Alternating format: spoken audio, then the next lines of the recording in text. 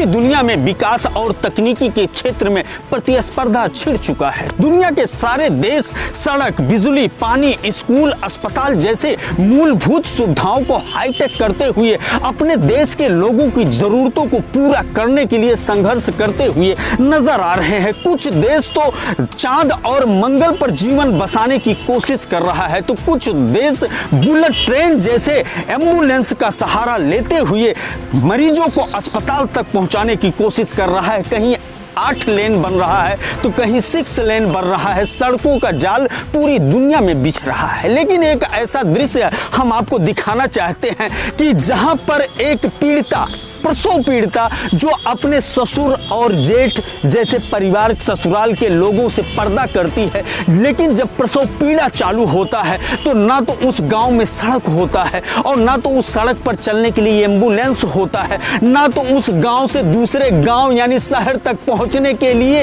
एक नदी पड़ती है, पुलिया की व्यवस्था होता है।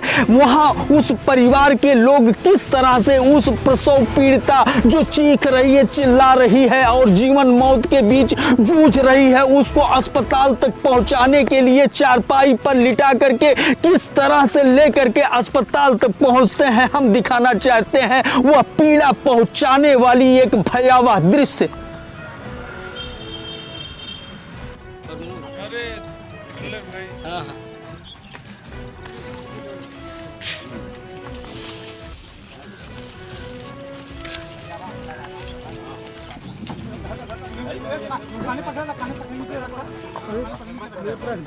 पेड़े पेड़ पेड़े पे रखा।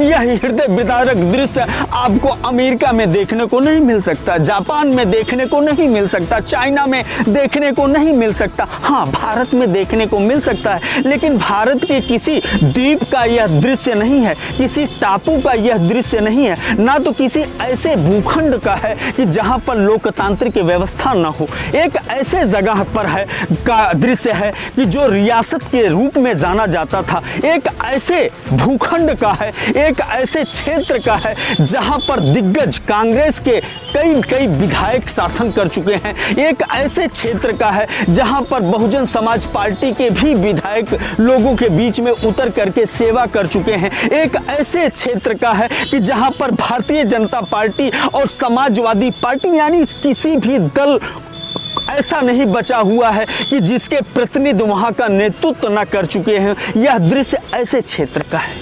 इस क्षेत्र के बारे में हम आपको बताना चाहते हैं कि यहाँ पर बच्चे सुबह स्कूल के लिए तैयार होते हैं तो वह स्कूल जाते हैं तो नाव का सहारा लेकर के स्कूल तक पहुंचते हैं, क्योंकि गांव से बाहर दूसरे गांव में पहुंचने के लिए कोई ना तो सड़क है और ना ही कोई इस तरह का माध्यम है कि वह स्कूल तक पहुंच सके। जब किसी को चोट लगती है, किसी की स्थिति गंभीर होती है, उसको अस्पताल पहुंचाना होता है तो एम्बुलेंस इस गाँव तक नहीं पहुँच सकता।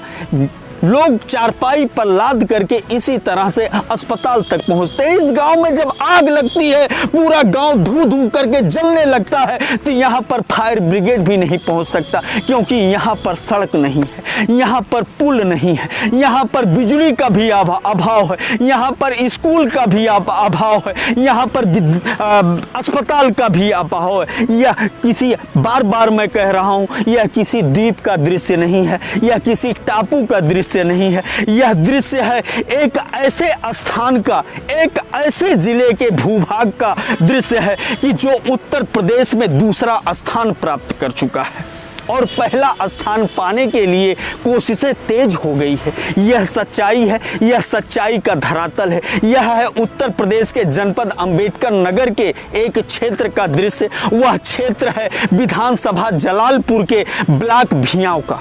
ब्लॉक भियाव में थाना जैतपुर है और थाना जैतपुर के गांव एक है ग्राम सभा लखीमपुर का, जहां पर दर्जनों गांव टौंस नदी यानी तमसा नदी के किनारे बसा हुआ है और तमसा नदी के किनारे बसने के कारण यहाँ पर पुल की व्यवस्था होनी चाहिए जिससे लोगों का आवागमन बाधित ना हो, पुल की व्यवस्था होनी चाहिए जिससे लोग शहरों से जुड़ सके, सड़क की व्यवस्था होनी चाहिए जिससे लोगों को यातायात मिल सके और साधन मिल सके। लेकिन यह गांव इन सारी सुविधाओं से पूरी तरह से मरहूम है। हम एक बार फिर आपको लखीमपुर की तरफ लेकर के चलते हैं जिसको एक द्वीप माना जाता है। किस तरह से लोग नाव का सहारा लेकर के सुबह सुबह गांव से बाहर निकलते हैं और जीवन यापन करने के लिए शहर की तरफ कूच करते हैं।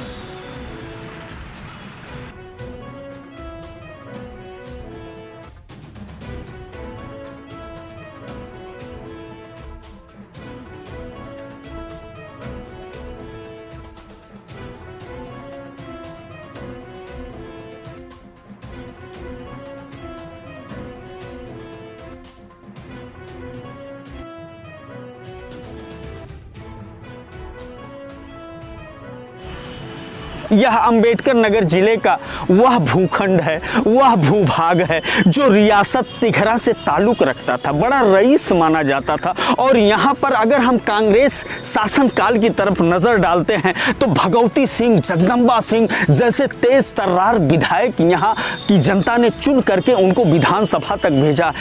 बसपा शासनकाल पर अगर गौर करते हैं तो शेर बहादुर सिंह यहाँ के दिग्गज विधायक के रूप में जाने जाते हैं और यहाँ की जनता ने उनको चुन करके भेजा था। वैसे शेर बहादुर सिंह ने कसम खाया था कि अगर हम यहाँ पर सड़क नहीं उपलब्ध करा देंगे, बिजली नहीं उपलब्ध करा देंगे, पानी की व्यवस्था नहीं कर देंगे, अस्पताल की व्यवस्था नहीं कर देंगे, स्कूल की व्यवस्था नहीं कर देंगे और एक जो सबसे महत्वपूर्ण चीज़ है पुलिया की व्यवस्था नहीं कर देंगे, तब तक हम इस क्षेत्र में वोट मांगने के लिए नहीं आएंगे। इस तरह का उन्होंने कसम खाया था, लेकिन वह अपने वादे को पूरा नहीं कर सके। वहीं दूसरी तरफ राकेश पांडे और रितेश पांडे को भी यहाँ की जनता ने नेतृत्व दिया। पिता पुत्र को नेतृत्व मिलने के बाद इस क्षेत्र का भला नहीं हो पाया।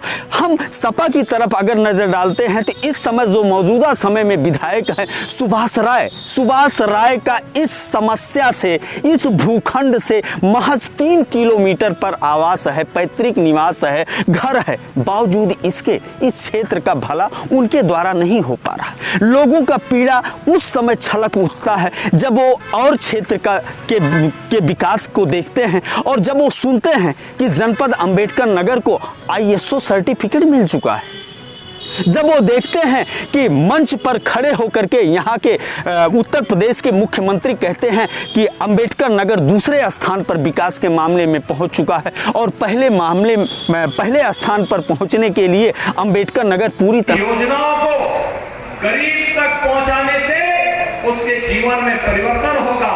और यही तो भारतीय जनता पार्टी का प्रधानमंत्री मोदी जी का मंत्र है, सबका साथ सबके विकास का। यहाँ से संघर्ष कर रहा है, तब यहाँ के लोगों का दर्द छलक उठता है कि आखिर क्यों नहीं हमारे ऊपर नज़र पड़ती, आखिर क्यों नहीं हमारे तकलीफ़ों को लोग देख पाते, आखिर क्यों नहीं यहाँ के जिला अधिकारी, यहाँ के मुख्य विकास अधिकारी और यहाँ के सारे अधिकारी, सरकार के नुमाइंदे आखिर क्यों हमारे तक नहीं उनकी नज़र पहुँचती, क्यों हमारी समस्या, हमारी पीड़ा उन तक नहीं पहुँचती। यह दर्द उस समय छलक उठता है जब वो मंच पर लंबी लंबी भाषणों को सुनते हैं। बहरहाल इस समस्या को, यहाँ के लोगों की पीड़ा को शासन प्रशासन तक और आप तक पहुंचाने के लिए हमने पूरी कोशिश की और सच्चाई दिखाने का पूरा प्रयास किया। ABN न्यूज़ प्लस के लिए मैं ज्ञानेंद्र पांडे, ज्ञानी, अंबेडकर नगर से।